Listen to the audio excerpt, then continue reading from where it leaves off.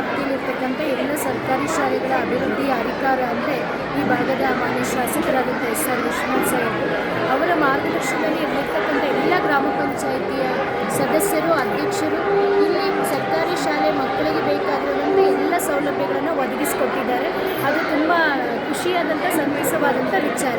ಇವತ್ತು ನಡೀತಿರ್ತಕ್ಕಂಥ ಗ್ರಾಮ ಸಭೆ ಮಕ್ಕಳಿಗೆ, ಈ ಒಂದು ಗ್ರಾಮದಲ್ಲಿರ್ತಕ್ಕಂಥ ಮಕ್ಕಳಿಗೆ ಯಾವುದೇ ರೀತಿಯಾದಂಥ ತೊಂದರೆಗಳಿದ್ದರೆ ಅವರಿಗೆ ಹೊರಗಡೆ ಇರ್ತಕ್ಕಂಥ ಸಮಸ್ಯೆಗಳು, ಶಾಲೆಯ ಒಳಗಡೆ ಇರ್ತಕ್ಕಂಥ ಸಮಸ್ಯೆಗಳು, ಅವರ ಬೌದ್ಧಿಕ ವಿಕಾಸಕ್ಕೆ ಬೇಕಾಗಿರ್ತಕ್ಕಂಥ ಸೌಲಭ್ಯಗಳನ್ನು ಒಂದು ಗ್ರಾಮ ಪಂಚಾಯಿತಿಯಿಂದ ಮಾತ್ರ ಕೊಡಲಿಕ್ಕೆ ಸಾಧ್ಯ.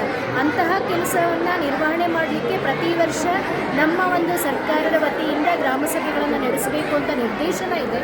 ಆ ನಿರ್ದೇಶನದ ಆಧಾರದ ಮೇಲೆ ಇಲ್ಲಿ ಇಡೀ ಈ ಒಂದು ಗ್ರಾಮ ಪಂಚಾಯಿತಿ ವ್ಯಾಪ್ತಿಯ ಎಲ್ಲ ಶಾಲೆಯ ಮಕ್ಕಳು ಇಲ್ಲಿಗೆ ಭಾಗವಹಿಸಿದ್ದಾರೆ.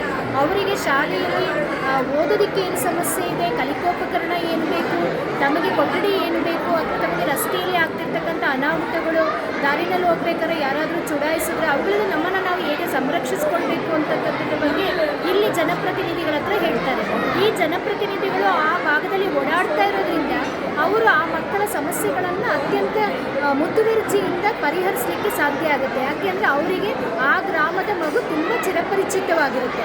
ಆ ಚಿರಪರಿಚಿತವಾಗಿರುವಂಥ ಮಗುವಿನ ಅಭಿವೃದ್ಧಿಗೆ ಆ ಗ್ರಾಮದ ಸದಸ್ಯರ ಸಹಕಾರ ಸಂಪೂರ್ಣವಾಗಿ ಸಿಗುತ್ತೆ ಅನ್ನುವಂಥ ನಿಟ್ಟಿನಲ್ಲಿ ಈ ಗ್ರಾಮ ಸಭೆಯನ್ನು ಮಾಡಿದ್ದಾರೆ. ಇವತ್ತಂತೂ ಅರ್ಥಪೂರ್ಣ ಗ್ರಾಮ ಸಭೆ ಆಯಿತು. ಯಾಕೆಂದರೆ ಮಕ್ಕಳು ಸುಮಾರು 10-15 ಮಕ್ಕಳು ಬಂದು ತಮ್ಮ ಒಂದು ಶಾಲೆಗಳ ಸುತ್ತಮುತ್ತಲ ಆಗ್ತಿರ್ತಕ್ಕಂಥ ಸಮಸ್ಯೆಗಳನ್ನು ಮುಕ್ತವಾಗಿ ಹೇಳಿಕೊಂಡ್ರು. ಅದನ್ನು ಕೂಡ ಪರಿಹರಿಸಲಿಕ್ಕೆ ಇಲ್ಲಿರ್ತಕ್ಕಂಥ ಗ್ರಾಮ ಪಂಚಾಯಿತಿಯ PDOರವರು ಮತ್ತು ಅಧ್ಯಕ್ಷರು ಮತ್ತು ಎಲ್ಲ ಸದಸ್ಯರು ಮುಕ್ತವಾಗಿ ಸಹಕಾರ ಕೊಡ್ತೀವಿ, ಶಾಲೆಗಳನ್ನು ಅಭಿವೃದ್ಧಿ ಮಾಡ್ತೀವಿ ಅಂತ ಹೇಳ್ತಿರೋದ್ರಿಂದ ನಿಜವಾಗಲೂ ನಮ್ಮ ಶಾಲಾ ಶಿಕ್ಷಣ ಇಲಾಖೆ ಈ ಎಲ್ಲ ಗ್ರಾಮ ಪಂಚಾಯಿತಿಯ ಅಧ್ಯಕ್ಷರು ಮತ್ತು ಸದಸ್ಯರು ಹಾಗೆ PDOರಿಗೆ ನಾವು ಧನ್ಯವಾದವನ್ನು ಸಲ್ಲಿಸ್ತೇವೆ. ತಮ್ಮ ಹೆಸರು? ಆಶಾ, BRC ಕೋಆರ್ಡಿನೇಟರು, ಯಲಹಂಕ ಉತ್ತರ ವಲಯ 4. ಆಶಾ.